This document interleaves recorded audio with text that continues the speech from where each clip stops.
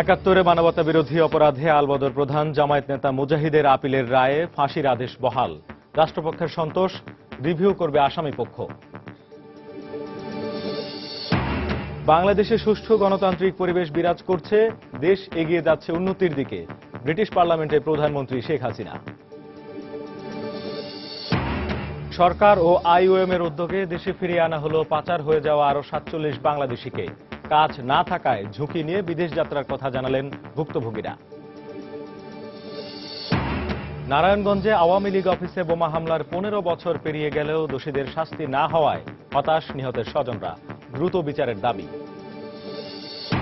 এবং যমুনার পানি বেড়ে যাওয়ায় আবারও ভয়াবহ ভাঙনের কবলে সিরাজগঞ্জের বন্যা নিয়ন্ত্রণ বাঁধ। বিলীন কয়েকশো মিটার এলাকা, ঝুঁকিতে হাজারো মানুষ।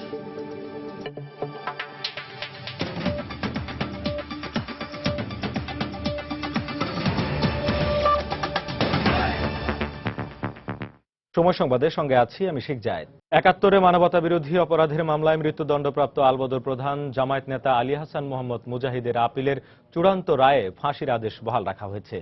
সকালে প্রধান বিচারপতি এস কে সিনহার নেতৃত্বে আপিল বিভাগের বেঞ্চ এই রায় ঘোষণা করেন। গত ২৭ মে মুজাহিদের আপিল শুনানি শেষে রায়ের এই দিন ধার্য করেছিলেন উচ্চ আদালত। এর আগে বুদ্ধিজীবী হত্যা সহ মানবতা বিরোধী ৫টি অভিযোগ প্রমাণিত হওয়ায় ২০১৪ সালের ১৭ জুলাই ফাঁসির আদেশ দেন ট্রাইব্যুনাল ২। পরে এই আদেশ থেকে খালাস চেয়ে ১১ আগস্ট উচ্চ আদালতে আপিল করেন জামায়াতের এই নেতা। আপিলে উভয় পক্ষের ৯ কার্যদিবসের শুনানি শেষে ১৬ জুন রায়ের দিন ধার্য করেন আপিল বিভাগ। ২০১০ সালের ২৯ জুন মুজাহিদকে গ্রেপ্তার করা হয়। বর্তমানে কন্ডেম সেলে রয়েছেন তিনি। মুজাহিদের আপিলের রায়ের মধ্য দিয়ে জামায়াতের চতুর্থ কোন শীর্ষ নেতার মামলার আপিল নিষ্পত্তি হল।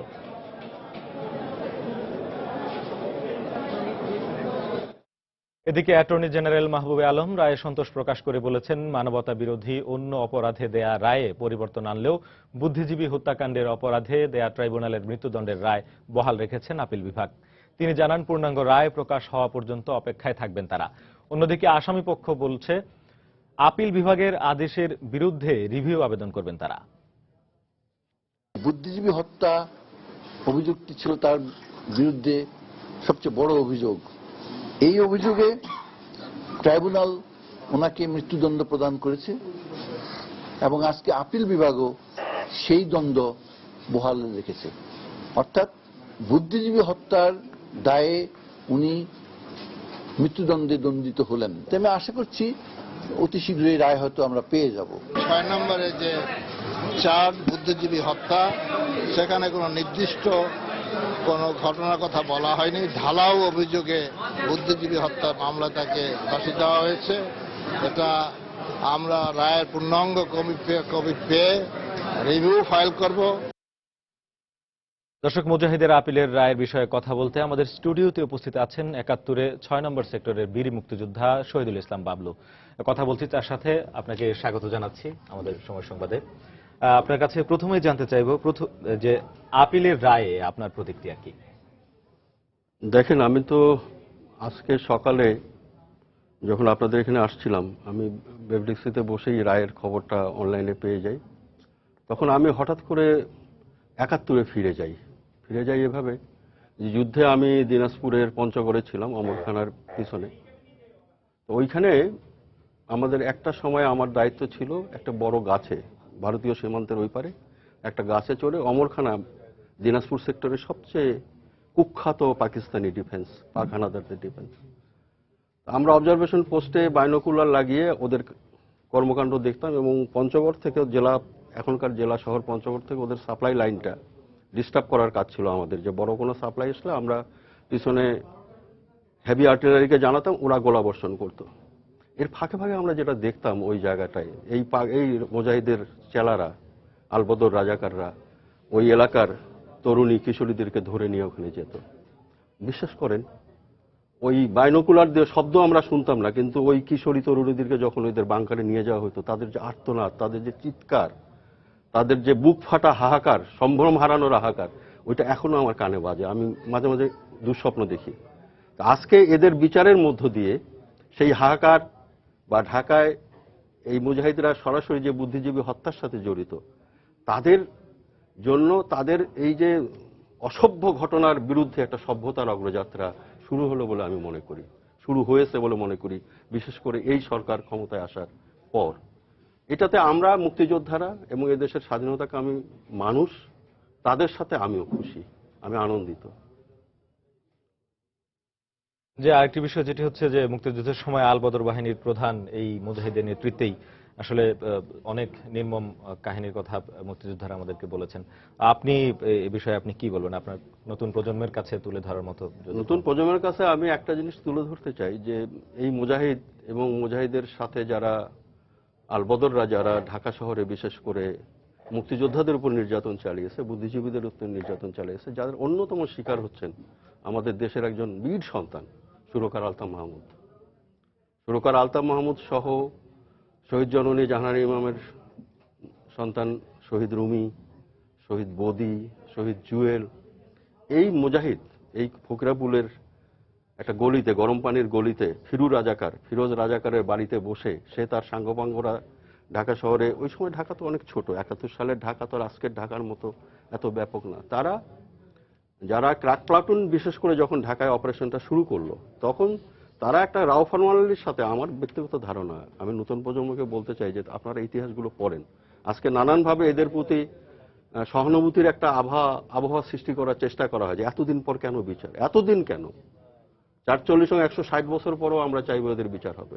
কারণ এরা ওই সময়ে আপনার আমাদের ক্রাক প্লাটুনের যোদ্ধাদের যে বীরত্বপূর্ণ ঘটনা, এটা দ্বিতীয় বিশ্বযুদ্ধের সমস্ত লোমহর্ষক ঘটনার সাথে ম্যাচ করে আমার বিবেচনায়। সেই যোদ্ধাদের একটা অংশকে এই মুজাহিদরা তারা আলতাফ মাহমুদকে ধরে নিয়ে আসছে, তাকে এই যে বিশেষ করে তেজগাঁয়ে, আমার দুঃখ লাগে যে এই চিহ্নগুলো হারায় যাচ্ছে। তেজগাঁয়ে যে এমপি হোস্টেল, এই এমপি হোস্টেলে সেখানে বদিকে নিয়ে যাওয়া হয়েছে, এখানে আজাদকে নিয়ে যাওয়া হয়েছে, এখানে রুমি ভাইকে নিয়ে যাওয়া হয়েছে, শহীদ রুমি ভাইকে। এবং সবচেয়ে ট্র্যাজেডি কি জানেন, এদের কোনো কবর নেই ঢাকা শহরে। আজকে এদের পরিবাররা একটা কবরের পাশে দাঁড়ায় তাদের ধর্মীয় মূল্যবোধ নিয়ে যে মোনাজাত করবে সেই জায়গাটাও নাই, তাদেরকে ঢাকা শহরটাকে এদের কবর ভাবতে হবে। এই নির্মমতার মূল হোতা হচ্ছে এই মুজাহিদ। অতএব আমি মনে করি যে আজকে শুধু মুজাহিদ না, এই মুজাহিদ সহ ৭৫-এর বঙ্গবন্ধু হত্যার পট পরিবর্তনের মধ্য দিয়ে যারা আজকে ডালপালা বিস্তার করে একটা বড় জায়গায় চলে গেছে, তাদের সকলের শাস্তি হওয়া উচিত।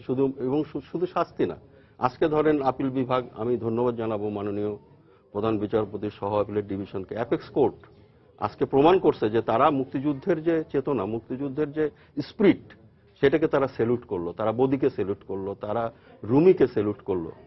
কথাটা বুঝে সেই জায়গায় আমি মনে করি যে আপিল বিভাগের কাছে আমাদের আরেকটা প্রত্যাশা আছে যে রায় প্রদানে অনেক সময় অনাকাঙ্ক্ষিত বিলম্ব হয়, এই বিলম্বটা যেন না হয়। আমরা এটার একটা দ্রুত কার্যকর ভূমিকা দেখতে চাই। রায়টা প্রকাশ হোক, রিভিউ তারা করবে স্বাভাবিকভাবে, রিভিউয়ের রায় করার পরে আমরা চাইব একটা সীমিত সময়ের মধ্যে যাতে ফাঁসির রায়টা কার্যকর হয়। তাহলে আলতাফ মাহমুদের পরিবার তারা আলতাফ মাহমুদকে ফিরে পাবে না, আমরাও আরেকজন আলতাফ মাহমুদকে পাবো না। কিন্তু আগামী দিনে যারা যাতে কেউ এইরকম নৃশংস ঘটনা ঘটানোর সাহস না পায়, তার জন্য এই ঘটনাগুলো অত্যন্ত প্রয়োজনীয়। আমি মনে করি যে এই বিষয়গুলো ঝুলায় না রাখা, এবং আজকের এই অবস্থার মধ্য দিয়ে আমি মনে করি যে নতুন প্রজন্ম যদি মুক্তিযুদ্ধের চেতনাটাকে ধারণ করে, যে চেতনা নিয়ে আমরা যুদ্ধ করেছি একটা চমৎকার বাংলাদেশ পাওয়ার আকাঙ্ক্ষা থেকে, সেই জায়গাটায় নতুন প্রজন্মকে এই দাবিতে আজকে আগায় আসতে হবে, যাতে করে কোনো পক্ষই এই ঘটনাটাকে পিছনে দেওয়ার চেষ্টা না করতে পারে আর কি। আমাদের স্টুডিওতে আসার জন্য আপনাকে অসংখ্য ধন্যবাদ। Thank you. দর্শক, আমরা কথা বলছিলাম বীর মুক্তিযোদ্ধা শহীদুল ইসলাম বাবলুর সাথে। তিনি আমাদেরকে জানাচ্ছিলেন এই মুজাহিদের বিরুদ্ধে যে রায় হয়েছে সেই রায়ের প্রতিক্রিয়া এবং ৭১-এ এই রাজাকার আলবদরদের চালানো বিভিন্ন নির্মমতার কথা তিনি আমাদেরকে জানাচ্ছিলেন।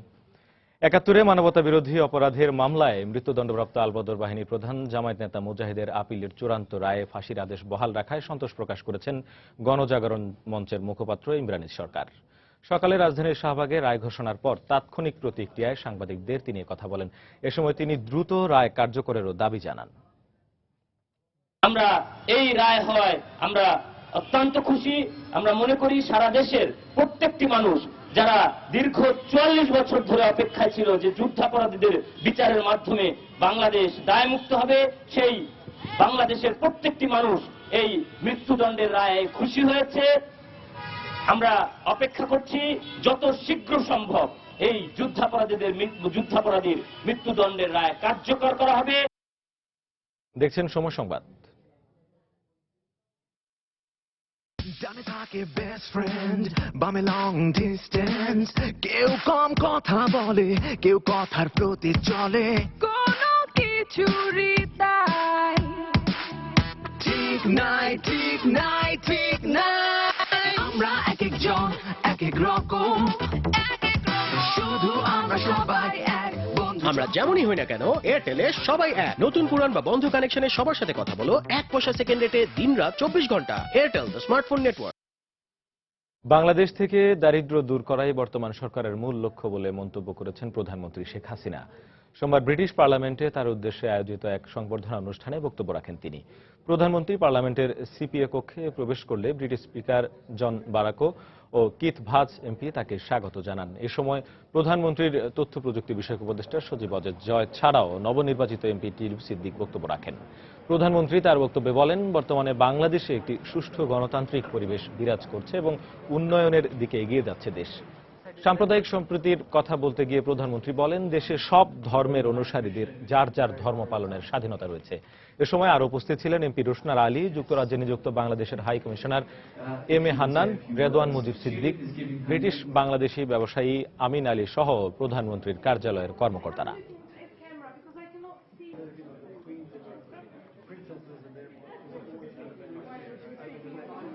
We try to follow Westminster type of democracy in my country, but though it's a very difficult job, but gradually improving. Our vision, it is very clear that we want to establish Bangladesh as a poverty-free country, a prosperous country. That is our main aim. Bangladesh is a secular country.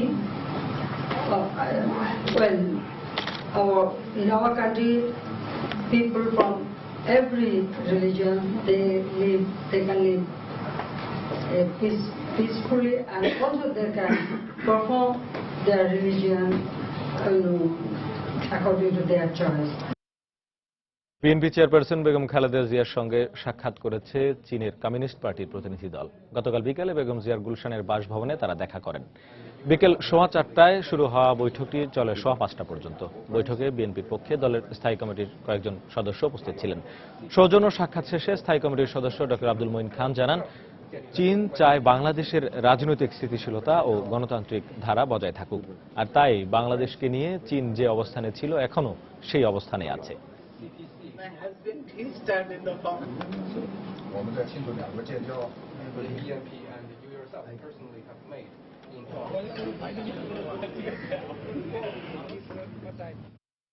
রাজনীতিতে পরাজিত নেত্রী হিসেবে BNP chairperson Begum Khaleda Zia কঠিন সময় পার করছেন বলে মন্তব্য করেছেন বাণিজ্য মন্ত্রী তোফায়েল আহমেদ।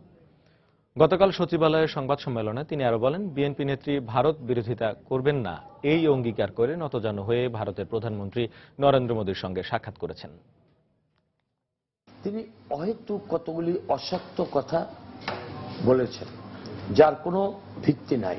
তিনি নতজানু হয়ে মোদির সাথে সাক্ষাৎ করেছেন এবং তার সাক্ষাৎকার কেউ বাধা দেওয়ার চেষ্টা করেনি। তাদেরকে অঙ্গীকার করে যে আমরা ভারতের বিরোধিতা করব না, তারপর সাক্ষাৎকার করেছেন। এই ভারত তার কাছ থেকে এই অঙ্গীকার আদায় করেছে। তিনি হেরে গেছেন রাজনীতিতে। আজকে কঠিন অবস্থা পার করছে বেগম খালেদা জিয়া। সুতরাং তিনি যে বক্তব্যগুলি গতকাল এবং ওই ভারতের পত্রিকার সাক্ষাৎকারে দিয়েছেন, এটা একজন পরাজিত নেত্রী বক্তব্য। সময় সংবাদে আরো থাকছে, ঈদকে সামনে রেখে চট্টগ্রামের সব শপিং মল ক্রেতাদের পদচারণায় মুখর। আইন শৃঙ্খলা পরিস্থিতি রক্ষায় সরব পুলিশও। এবং দীর্ঘসূত্রতার কারণে শুরু হয়নি খুলনা উন্নয়ন কর্তৃপক্ষের আহসানাবাদ আবাসিক প্রকল্প। ব্যয় বেড়েছে কয়েক গুণ, ক্ষুব্ধ স্থানীয় সংসদ সদস্য সহ নাগরিক নেতারা।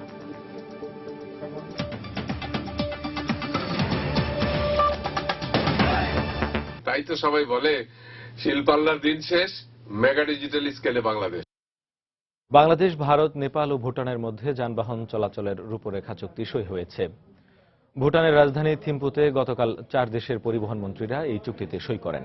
বাংলাদেশের পক্ষে সড়ক পরিবহন ও সেতুমন্ত্রী ওবায়দুল কাদের চুক্তিতে সই করেন বলে জানিয়েছে সড়ক পরিবহন মন্ত্রণালয়। রূপরেখা চুক্তির পর কিছু আনুষ্ঠানিকতা শেষে চলতি বছরের শেষের দিকে মূল চুক্তি সইয়ের সম্ভাবনা রয়েছে। চুক্তি অনুযায়ী যাত্রীবাহী বাস, পণ্যবাহী ট্রাক ও ব্যক্তিগত গাড়ি এই দেশগুলোর মধ্যে চলাচল করতে পারবে। এছাড়া চলতি বছরের অক্টোবর মাসে 4 দেশের মধ্যে মোটর শোভাযাত্রা হবে।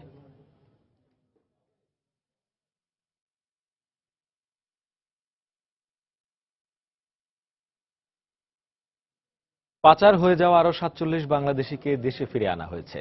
থাইল্যান্ড থেকে আসা একটি ফ্লাইটে গতকাল তাদের দেশে নিয়ে আসা হয়। এদের সবাই অবৈধভাবে সমুদ্রপথে মালয়েশিয়া যাওয়ার সময় থাইল্যান্ডে ধরা পড়ে। পরে বাংলাদেশ সরকার ও IOM এর উদ্যোগে তাদের দেশে ফিরিয়ে আনা হলো। বিমানবন্দরে তারা জানান, দেশে কাজ না থাকায় ঝুঁকি নিয়ে বিদেশ পাড়ি জমেছিলেন তারা। ভাগ্য বদলের আশায় অবৈধভাবে সমুদ্রপথে মালয়েশিয়া যাত্রা শুরু করে এসব বাংলাদেশিরা। এক শ্রেণীর দালাল চক্র প্রথমে ছোট নৌকায় ও পরে বড় নৌকায় করে এদেরকে থাইল্যান্ড সীমান্ত দিয়ে মালয়েশিয়ায় পাচার করত। পাচার হয়ে যাওয়া অনেকেই থাইল্যান্ড ও মালয়েশিয়ার জঙ্গলে অত্যাচারিত হয়ে মারা যান। অনেকে ধরা পড়েন অবৈধ অভিবাসী হিসেবে। এরকম 47 জন বাংলাদেশিকে যাচাই বাছাইয়ের পর সোমবার দেশে ফিরিয়ে আনা হয়। এদের সবাই থাইল্যান্ডের বিভিন্ন ক্যাম্পে আটক অবস্থায় ছিল। দেশে ফিরে আসা এসব হতভাগ্যরা জানালেন তাদের অভিজ্ঞতার কথা। ছোট একটা বোর্ড, ওর ভিতরে 750 লোক, একটা লোকের উপর 3টে লোক দাঁড় করায় মানে শোয়ে রেখে আমাদের 17 দিন কষ্ট দিয়ে নিয়ে গেছে। 17 দিন যাওয়ার পরে 3 দিন আমাদের 3 দিন আগে খাদ্য ফুরাই গেছে। 3 দিন আমরা অনাহারে, এতটুকু পানি চাইলে মগেরা মারতো। টেকনাফে নিয়ে যা ছোট শিপ দিয়ে আমাকে বড় শিপে তুলে দিছে। তারপরে ওখান থেকে আমাদেরকে নিয়ে যায় থাইল্যান্ডের বর্ডারে, আমরা প্রশাসন ওই নেভির কাছে ধরা খাচ্ছি। ধরা পড়ার পরে থাইল্যান্ড বর্ডারে ধরা পড়ার পরে ওখানে থাইল্যান্ড আছে 8 মাস জেল খাটছে। মূলত দেশে কাজের অভাবই তাদেরকে এরকম ঝুঁকি নিতে বাধ্য করেছে বলে জানালেন তারা। রোজগার ইনকাম করার উদ্দেশ্যে আমরা মানে জীবনের ঝুঁকি নিয়ে পানি পথে রওনা করছি। আমরা গ্রামে অনেক দারিদ্র ফ্যামিলির ছেলেমেলে, আমরা যাই হোক কাজ কাম করে খাই। তখন আমাদের দালালরা আমাদের এই দুর্বলতার সুযোগ নিয়ে বলে, তো তোরা গ্রামে কাজ করে কতটুকু টাকা পাস, এর থেকে আলোকে তুই অনেক টাকা পাবি, মালয়েশিয়ায় যা, মালয়েশিয়ায় যা ইনকাম করবি। বাংলাদেশ সরকার IOM এর সহযোগিতায় চিহ্নিত করার পর তাদেরকে দেশে ফিরিয়ে আনার উদ্যোগ নেয়। 47 জন, এরা কিন্তু একটু বেশ মোটামুটি আগের, মানে এই যে রিসেন্ট যে মাসগ্রেভের যে জিনিসটা হলো তার কিন্তু আগের। এবং আমরা যেটা তাদের কাছ থেকে ইনফরমেশন নেওয়ার সময় যে খবরগুলো আমরা পেলাম সেটা হলো যে তারা অনেকে দেখা যাচ্ছে যে 17-18 মাসেরও তারা আছে। আবার অনেকে ম্যাক্সিমামে যেটা দেখা গেল যে 7.5 মাস, 8 মাস, 8.5 মাস এরকম ধরনের ডিউরেশনে তারা ওখানে ছিল আর কি। থাইল্যান্ডের বিভিন্ন ক্যাম্পে আটকে থাকা এরকম আরো 1002 বাংলাদেশি অবৈধ অভিবাসীকে দেশে ফিরিয়ে আনার প্রক্রিয়া চলছে বলে IOM এর পক্ষ থেকে জানানো হয়। রামিম হাসান, সময় সংবাদ, ঢাকা। খাদ্যমন্ত্রী অ্যাডভোকেট কামরুল ইসলাম বলেছেন, জঙ্গিবাদ দমনে শেখ হাসিনা ও নরেন্দ্র মোদী সরকারের অবস্থান এক হওয়ায় বেগম জিয়া আবারও তার ভারত বিরোধী পুরনো চরিত্রে ফিরে গেছেন। গতকাল বঙ্গবন্ধু এভিনিউতে উলামা লীগ আয়োজিত আলোচনা সভায় বক্তব্য রাখেন তিনি। এ সময় আওয়ামী লীগের প্রচার সম্পাদক ডক্টর হাসান মাহমুদ উপস্থিত ছিলেন। যেই খালেদা জিয়া কষ্ট করে নরেন্দ্র মোদীর সাথে সাক্ষাৎ করেছেন, সেই খালেদা জিয়া আজকে ভিন্ন সুরে ভারত বিরোধিতা আবার শুরু করেছেন। হঠাৎ আবার ভারতের বিরোধিতা, এটা আমরা মনে করি তিনি আবার পুরনো চরিত্রে ফিরে যাচ্ছেন। কালকে এই সাক্ষাৎকারে স্পষ্ট প্রতিমান হয়েছে জঙ্গিদের দ্বারা, জামাত দ্বারা তিনি যে কোনো সময় আক্রান্ত হতে পারেন, এই ভয়ে তিনি ভীত। বেগম খালেদা জিয়া কোনো অবস্থাতেই কোনো পর্যায়ে জামাতের সঙ্গ ত্যাগ করতে পারবেন না। জামাতবিহীন বিএনপি বা জামাতবিহীন জোট যদি করতে হয় তাহলে বেগম খালেদা জিয়াকে বাদ দিয়েই করতে হবে, কারণ বেগম খালেদা জিয়া জামাতের সঙ্গ কখনোই ত্যাগ করতে পারবেন না। নরেন্দ্র মোদীর সাথে সাক্ষাৎ করার পর বেগম খালেদা জিয়া বেশ কয়েকদিন নিশ্চুপ ছিলেন। তিনি আবার চিরচারিত ভারত বিরোধিতার রূপে আবার গতকাল বক্তব্য রেখেছেন। আমি বেগম খালেদা জিয়াকে অনুরোধ জানাবো চুক্তিগুলো পড়ার জন্য। আপনি গণ্ডমূর্খের মতো দয়া করে কথা বলবেন না। আজ 16 জুন 2001 সালের এই দিনে নারায়ণগঞ্জের চাষাড়ায় আওয়ামী লীগ অফিসে জঙ্গিদের বর্বরচিত বোমা হামলায় প্রাণ হারান 20 জন। আহত হন আরো শতাধিক। কিন্তু এই হত্যাকাণ্ডের 15 বছর পেরিয়ে গেলেও এখনো দোষীদের শাস্তি না হওয়ায় হতাশ নিহতের স্বজনরা। তবে পুলিশ বলছে চার্জশিট দেয় আদালতে বিচার কাজ শুরু হয়েছে। নারায়ণগঞ্জ প্রতিনিধি শরীফুদ্দিন সবুজের তথ্য, রবিউল ইসলামের তোলা ছবি নিয়ে ডেস্ক রিপোর্ট। 2001 সালের 16 জুন রাত 9:15টার দিকে হঠাৎ বোমার আঘাতে লণ্ডভণ্ড হয়ে যায় নারায়ণগঞ্জের চাষাড়ার আওয়ামী লীগ অফিসটি। প্রাণ হারান সাইদুল হাসান বাপ্পি, আক্তার ও মশু সহ আওয়ামী লীগ ও এর অঙ্গ সংগঠনের 20 নেতাকর্মী। আহত হন তৎকালীন সংসদ সদস্য শামীম ওসমান সহ অনেকে হয়ে যান পঙ্গু। কিন্তু নির্মম এই হত্যাকাণ্ডের 15 বছর পেরিয়ে গেলেও এখনো দোষীদের শাস্তি না হওয়ায় ক্ষোভ জানিয়েছেন নিহতের স্বজনরা। যেই আসামি হোক তার বিচারটা যাতে এইভাবেই হয়, যেন ভবিষ্যতে আর কারো এরকম ক্ষতিগ্রস্ত কোনো জায়গায় না হয়, এবং এত অল্প বয়সে যেন কেউ বিধবা না হয়, এই লোড কেউ নিতে পারবে না। আমারই বন্ধু মারা গেছে 4টা, মৌসু, আক্তার, দেলোয়ার, সবুজ, আমার ক্লাসমেট। এগুলো সব কি পাইল ওরা, জানি না এর বিচার আদৌ হবে কিনা। দীর্ঘ 12 বছর পর 2013 সালের 2 মে 6 জনের নাম উল্লেখ করে আদালতে চার্জশিট দেওয়া হয়। মামলাটি এখন বিচারাধীন রয়েছে বলে জানালেন এই পুলিশ কর্মকর্তা। আনিসুল মুরসালিন সে একজন জঙ্গি, মাহবুব মুত্তাকিন সেও একজন জঙ্গি, মুফতি আব্দুল হান্নান মুন্সি সেও একজন জঙ্গি, এবং মোহাম্মদ ওবায়দুল হক সেও জঙ্গির একজন মদতদাতা। তা আমরা যা পেয়েছি এটার উপরে আমরা একটা চার্জশিট করেছি, সাক্ষ্য প্রমাণের ভিত্তিতেই করেছি, এখন আদালতে মামলা বিচারাধীন আছে। বোমা হামলায় অভিযুক্ত 6 আসামির মধ্যে প্রধান সন্দেহভাজন মুফতি হান্নান ও শাহাদাতুল্লাহ জুয়েল কারাগারে রয়েছেন। এছাড়া মোরসালিন ও মুত্তাকিন ভারতের একটি মামলায় সে দেশে কারাবন্দী রয়েছে। অপর আসামি নারায়ণগঞ্জ সিটি কর্পোরেশনের কাউন্সিলর শওকত হাশেম শকু জামিনে মুক্ত। পলাতক রয়েছে মামলার অপর আসামি ওবায়দুল্লাহ। সময় সংবাদ, নারায়ণগঞ্জ। চট্টগ্রাম মেডিকেল কলেজ হাসপাতালে রোগীর স্বজনদের দ্বারা লাঞ্ছিত হওয়ার অভিযোগে কর্মবিরতি পালন করছেন ইন্টার্ন চিকিৎসকরা। ফলে ব্যাহত হচ্ছে স্বাভাবিক চিকিৎসা সেবা। এই মুহূর্তে সেখানে আছেন আমাদের রিপোর্টার হাজিরা শিউলি। সরাসরি চলে যাচ্ছি তার কাছে। শিউলি,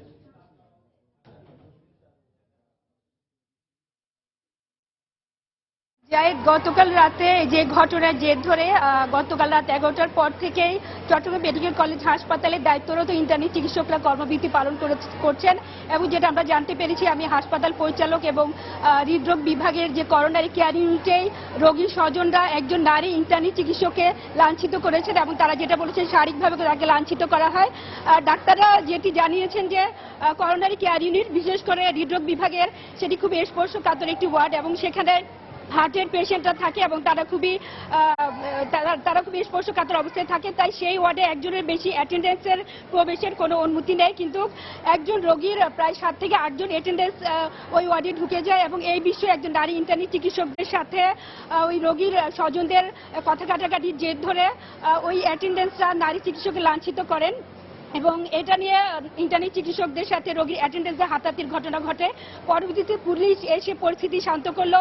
এই ঘটনার প্রতিবাদে আজকে গতকাল রাত 11টার পর থেকেই চট্টগ্রাম মেডিকেল কলেজ হাসপাতালের প্রতিটি ওয়ার্ডেই কর্মবিরতি পালন করছে ইন্টার্নি চিকিৎসকরা, এবং এই বিষয়ে আমি হাসপাতাল পরিচালক এবং চিকিৎসকদের সাথে কথা বলেছিলাম।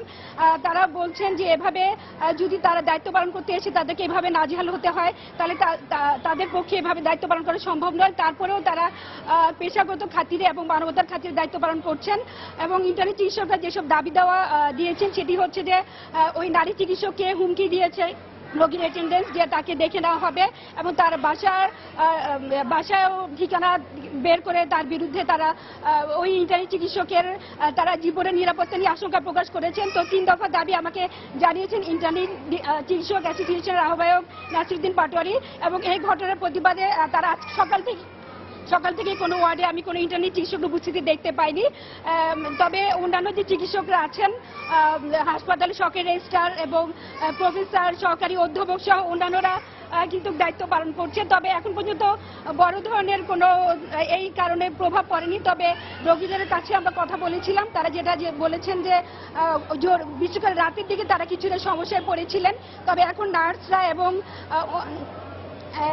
নার্সরা আছেন এবং হাসপাতালের অনারারি মেডিকেল অফিসার, সহকারী রেজিস্ট্রার সহ বিভিন্ন ওয়ার্ডের দায়িত্বপ্রাপ্ত সহকারী অধ্যাপক এবং অধ্যাপকরা আছেন। তো বড় ধরনের সমস্যা এখনো হয়নি, এবং ইন্টার্নি চিকিৎসকরা জানিয়েছেন যে তারা 11টায় মানববন্ধন করবেন। এরপর হাসপাতাল পরিচালকের সাথে তাদের বৈঠক আছে।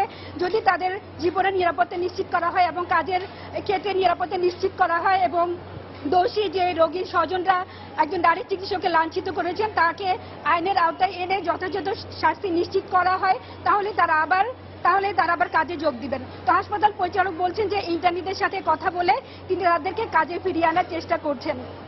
তো জাহিদ, এই ছিল আমার কাছে চট্টগ্রাম মেডিকেল কলেজ হাসপাতালে ইন্টার্নি চিকিৎসকদের কর্মবিরতির সর্বশেষ তথ্য। চট্টগ্রাম মেডিকেল কলেজ হাসপাতালে রোগীর স্বজনদের দ্বারা লাঞ্ছিত হওয়ার অভিযোগে কর্মবিরতি পালন করছেন ইন্টার্ন চিকিৎসকরা। সেখান থেকে খবরাখবর জানাচ্ছিলেন আমাদের রিপোর্টার হাজেরা শিউলি। ৭১ মানবতা বিরোধী অপরাধে আলবদর প্রধান জামায়াত নেতা মুজাহিদের আপিলের রায়ে ফাঁসির আদেশ বহাল থাকায় সন্তোষ প্রকাশ করেছেন ফরিদপুরবাসী। রায় ঘোষণার পরপরই উল্লাসে মেতে ওঠেন স্থানীয় মুক্তিযোদ্ধা সহ বিভিন্ন শ্রেণী পেশার মানুষ। বাংলাদেশে ইতিহাসকে যারা লাঞ্ছিত করেছে, যারা ইতিহাসকে নস্যাৎ করেছে, বিকৃতি করেছে, তাদের এই বিচারই তাদের হওয়া উচিত।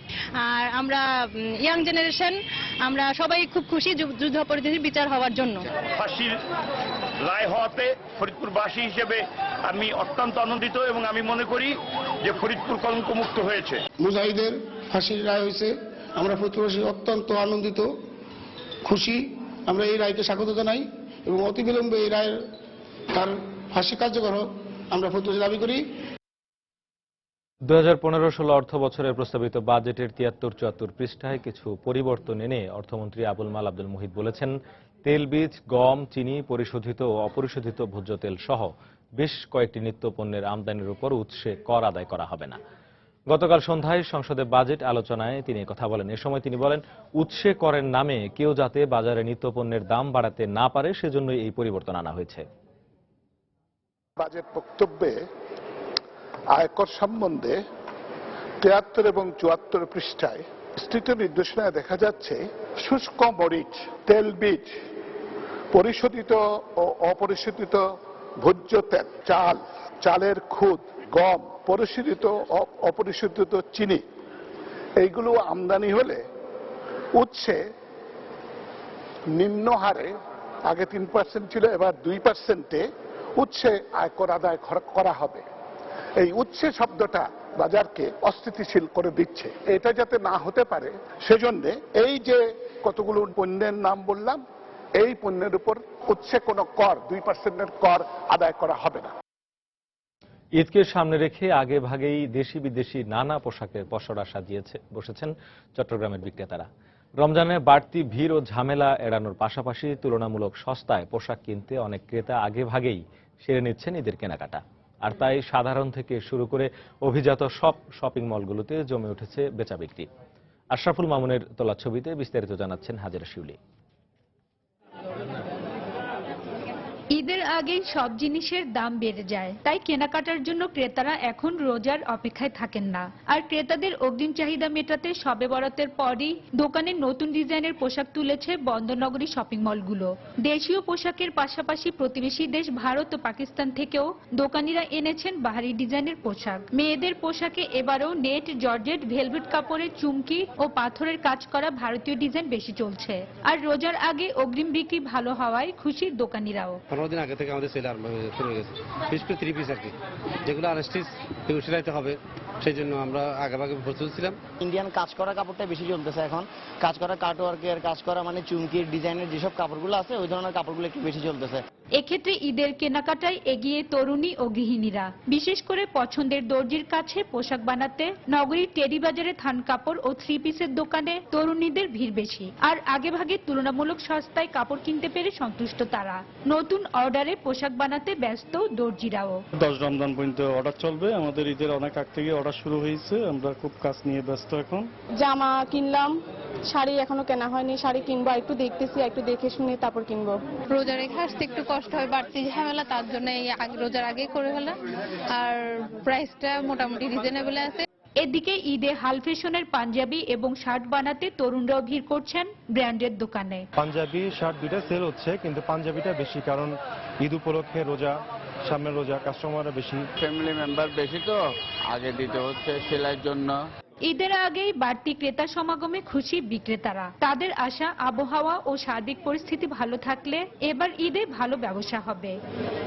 হাজেরা শিউলি, সময় সংবাদ, চট্টগ্রাম। যমুনা নদীর পানি বেড়ে যাওয়ায় আবারও ভয়াবহ ভাঙন শুরু হয়েছে সিরাজগঞ্জের বালি-ঘুগরি বন্যা নিয়ন্ত্রণ বাঁধে। গত 2 দিনের ভাঙনে বিলীন হয়ে গেছে বাঁধের কয়েকশো মিটার এলাকা। এতে আশেপাশের মানুষ তাদের বাড়িঘর উন্নত সরিয়ে নিয়ে যাচ্ছে। পাশাপাশি ভাঙন ঝুঁকিতে রয়েছে আরও 7 গ্রামের মানুষ। তবে পানি উন্নয়ন বোর্ড বলছে বাঁধ রক্ষায় স্থায়ী ও জরুরি ব্যবস্থা নেওয়া হয়েছে। সিরাজগঞ্জ থেকে রিঙ্কু কুণ্ডুর পাঠানো তথ্য ও ছবি নিয়ে ডিস রিপোর্ট। উজান থেকে নেমে আসা পাহাড়ি ঢলে যমুনার পানি দ্রুত বৃদ্ধি পাওয়ায় সিরাজগঞ্জের সদর উপজেলার বালিঘুগরি বন্যা নিয়ন্ত্রণ বাঁধে অস্বাভাবিক ভাঙন দেখা দিয়েছে। গত 2 দিনের অব্যাহত ভাঙনে বাঁধের প্রায় 400 মিটার এলাকা নদী গর্ভে বিলীন হয়ে গেছে। ঝুঁকির মধ্যে রয়েছে আরো 600 মিটার। পানি বৃদ্ধি অব্যাহত থাকায় চরম আতঙ্কে রয়েছেন বালিঘুগরি, ইতালি, বাহুকা ও 5 ঠাকুরি সহ আশেপাশের 7 গ্রামের মানুষ। দুঃখের সীমা নেই, যে বন্যা ভেঙে যেতেছে, ফসল বাজে শেষ হয়ে যেতেছে। 4 বিঘা জমি আসলে লাস্টে 4 বিঘা জমি ধরে এই বছর ভেঙে লাস্ট এটা ভেঙে গেল। ইদানিং যে বার্তা দিছে পানির যদি বাইরে যায় তাহলে আর এলাকা টিকে রাখার মতন ক্যাপাসিটি নেই। যে বাদুর যে মানুষ আশ্রয় নিয়েছিলাম, এই বাদও আর থাকলো না, আর মানুষ কোথায় যাবো? এদিকে ভাঙন শুরুর পর বালিঘুগরি বাঁধ ও এর আশেপাশের শতাধিক বাড়িঘর উন্নত সরিয়ে নেওয়া হয়েছে। স্থানীয়দের অভিযোগ, শুষ্ক মৌসুমে বাঁধটি সংস্কার করা হলে তাদেরকে এই ঝুঁকির মধ্যে পড়তে হতো না। আঙ্গুর দুধ দশবি এরা কাম এইরকমই হইব। এই ব্যাংক আছে, এখন কয়েক বস্তা দিব, কাম টাম হইব, তারপরে ভাঙবো না, কাম হইব না। অবশ্য পানি উন্নয়ন বোর্ড বলছে বিকল্প বাঁধ তৈরি সহ ভাঙন রোধে নেওয়া হয়েছে জরুরি ব্যবস্থা। এখানে যেহেতু একটা বিকল্প বাঁধ অলরেডি হয়ে গেছে, তো বিকল্প বাঁধের ভিতরে যে জায়গাগুলি আছে সেই জায়গাগুলি হয়তো পানি ঢুকলে সামান্য পানি ঢুকতে পারে, তবে বিকল্প বাঁধের বাইরে যারা আছেন তারা নিরাপদে আছেন। খুব কম এলাকায় বিকল্প বাঁধের ভিতরে আছেন, রিভার সাইডে আছেন। সেক্ষেত্রে আমরা আশা করছি ওনারা ইতিমধ্যে ঘরবাড়ি সরিয়ে নিচ্ছেন। আমরা আশা করছি যদি কোনো কারণে পানির খুব প্রভাব বৃদ্ধি পায়, মারাত্মক বন্যা সৃষ্টি হয়, সেক্ষেত্রে যদি বাঁধ ভেঙে যায় তাহলে আমাদের যে বিকল্প বাঁধ অবশ্যই রক্ষা করবে। 2012 সালে 8 কোটি টাকা ব্যয়ে 3.25 কিলোমিটার দীর্ঘ বালিঘুগরি বন্যা নিয়ন্ত্রণ বাঁধ তৈরি করে পানি উন্নয়ন বোর্ড। সময় সংবাদ, সিরাজগঞ্জ। নিউ ইয়র্কে মনোমুগ্ধকর রবির আগে পালন করা হলো রবীন্দ্র জয়ন্তী। রবীন্দ্রনাথের টপ্পা, ধ্রুপদী ও রাগ ভিত্তিক গানের পাশাপাশি ছিল নৃত্য ও অন্যান্য সাংস্কৃতিক পরিবেশনা। এস্টোরিয়ায় 234 পাবলিক স্কুল অডিটোরিয়ামে রবীন্দ্র জয়ন্তী উৎসবের আয়োজন করে নিউ ইয়র্কের সাংস্কৃতিক সংগঠন প্রকৃতি। নিউ ইয়র্ক থেকে শিহাবুদ্দিন কিসলোর পাঠানো তথ্য ও ছবি নিয়ে ডেস্ক রিপোর্ট।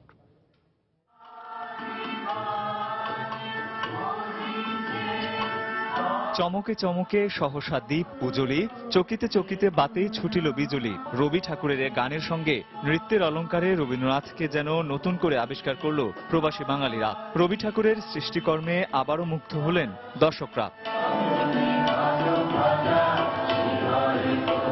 এস্টোরিয়ার 234 পাবলিক স্কুল অডিটোরিয়ামে যেন তিল ধারণের ঠাঁই নেই। হল ভর্তি উপস্থিতি রবীন্দ্র জয়ন্তী উদযাপনে যোগ করে নতুন মাত্রা। এবার যে অনুষ্ঠানটা আমরা করতেছি রবীন্দ্রনাথের রাগ ভিত্তিক গানের উপরে, রাগের রঙে রবি। রবীন্দ্রনাথ তো অনেক ধরনের রাগ, ধ্রুপদ, টপ্পা, বিভিন্ন অঙ্গের যে গানগুলো আছে সেই গান নিয়ে আমাদের আজকের অনুষ্ঠান সাজানো। আমরা যারা রবীন্দ্র ভক্ত এবং এখানে আমাদের যারা শিল্পী আছে তারা কিন্তু বাংলাদেশে বিভিন্ন প্রতিষ্ঠান থেকে গান শেখা। অনেকে আছে ছায়ানট থেকে শিখেছে, অনেকে বাফা থেকে শিখেছে। নিউ ইয়র্কের সাংস্কৃতিক সংগঠন প্রকৃতি গত 4 বছর ধরে রবীন্দ্র জয়ন্তীর আয়োজন করছে। বাংলাদেশের বিভিন্ন খ্যাতনামা প্রতিষ্ঠান এবং সঙ্গীত গুরুর কাছ থেকে তালিম পাওয়া সঙ্গীতপ্রেমী প্রবাসীরা প্রকৃতির সঙ্গে রয়েছেন। রবীন্দ্রনাথ হচ্ছে আমাদের এমন একজন কবি যিনি আমাদের মনের কথা, প্রাণের কথা, হৃদয়ের কথা বলেন এবং আমার কাছে একটু ভীষণ ভালো লাগে। এটা আমার জীবনের সঙ্গে যেন মিশে যায়। প্রবাসের শত ব্যস্ততার কঠিন বাস্তবতার মাঝে রবীন্দ্র জয়ন্তীর আয়োজন রাগের রঙে রবি যেন এক পশলা বৃষ্টি হয়ে সিক্ত করেছে সংস্কৃতি প্রেমীদের হৃদয়।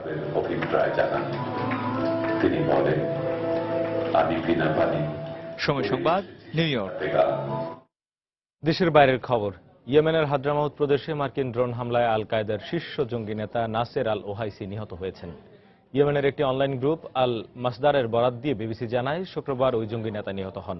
তবে এই বিষয়ে কোনো মন্তব্য করেনি মার্কিন প্রতিরক্ষা মন্ত্রণালয়। আল কায়েদার শীর্ষ নেতা ওসামা বিন লাদেনের সাবেক এই ব্যক্তিগত সচিব পরবর্তীতে দলের সেকেন্ড ইন কমান্ডের দায়িত্ব পালন করেন।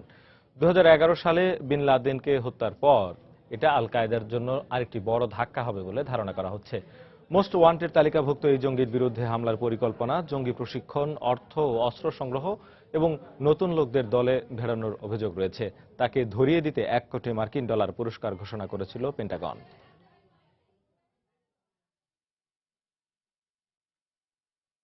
সিরিয়ার আলেপ্পো শহরে সরকারি বাহিনীর বিমান হামলায় 23 জন বেসামরিক নাগরিক নিহত ও শতাধিক আহত হওয়ার খবর পাওয়া গেছে।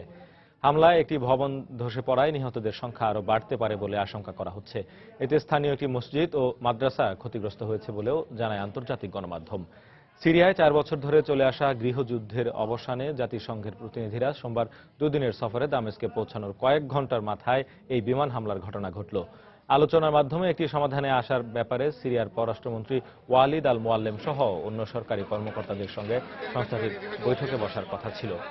অর্থনৈতিকভাবে গুরুত্বপূর্ণ আলেপ্পো শহর থেকে বিদ্রোহীদের হটাতে বেশ কয়েকদিন ধরেই শক্ত অবস্থানে যায় সরকারি বাহিনী। এতে শহরের বেসামরিক নাগরিকদের জীবন হুমকির মুখে পড়ে।